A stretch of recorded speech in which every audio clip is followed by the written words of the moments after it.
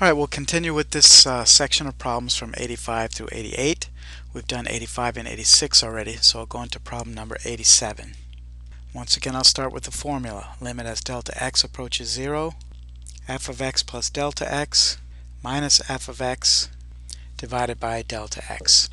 In this case, my f of x is 1 over x plus 3, and so my f of x plus delta x will be 1 over x plus delta x plus 3. Then that will be minus f of x, which is just 1 over x plus 3, and all over delta x. So as we've seen before with fractional type problems, we're going to find the least common denominator of the fractional expression in the numerator, and that would be x plus 3 times the quantity x plus delta x plus 3. And we're going to multiply top and bottom by that.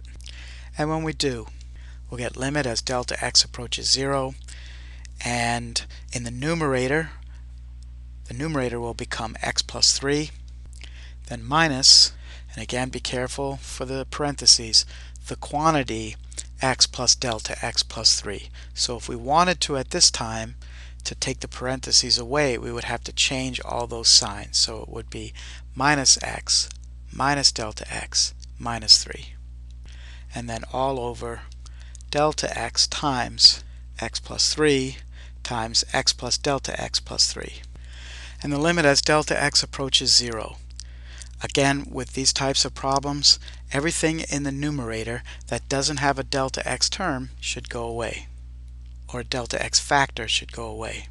And we see that x and minus x 0 out, 3 and negative 3 0 out, and now I have delta x over delta x, or negative delta x over delta x, so those will cancel out, and I'll simply be left with a negative 1 in the numerator.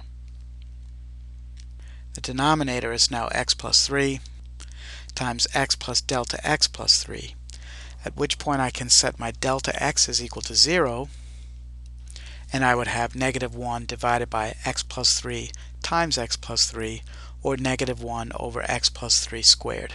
And that will be the final answer for problem 87. And we will definitely see more of these in chapter 2. Next, problem 88. Start with the formula. This time our function is x squared minus 4x.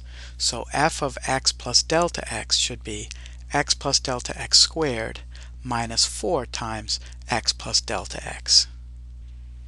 And again, that's just the f of x plus delta x. We still need to subtract f of x, and f of x is, you have to remember either to put in parentheses or to change all the signs, x squared minus 4x, and that's all over delta x. So here there are no fractions to simplify, no radicals. What we're going to do is to expand out all of those to distribute and expand, and then to simplify, combine like terms, and see what we get.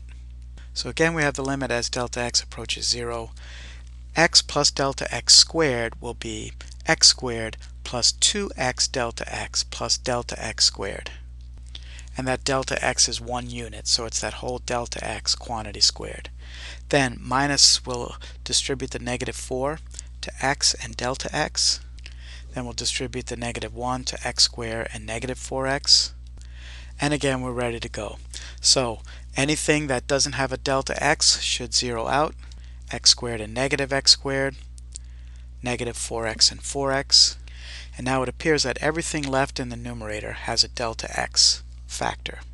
And so we'll rewrite limit as delta x approaches 0 of 2x delta x plus delta x squared minus 4 delta x over delta x. At this point, what we want to do is to factor out a delta x from the numerator and have it cancel with the denominator.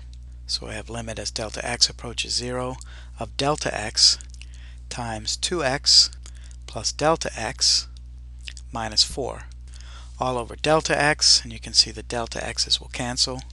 Now I can simply set the remaining delta x to 0, and I will end up with 2x minus 4.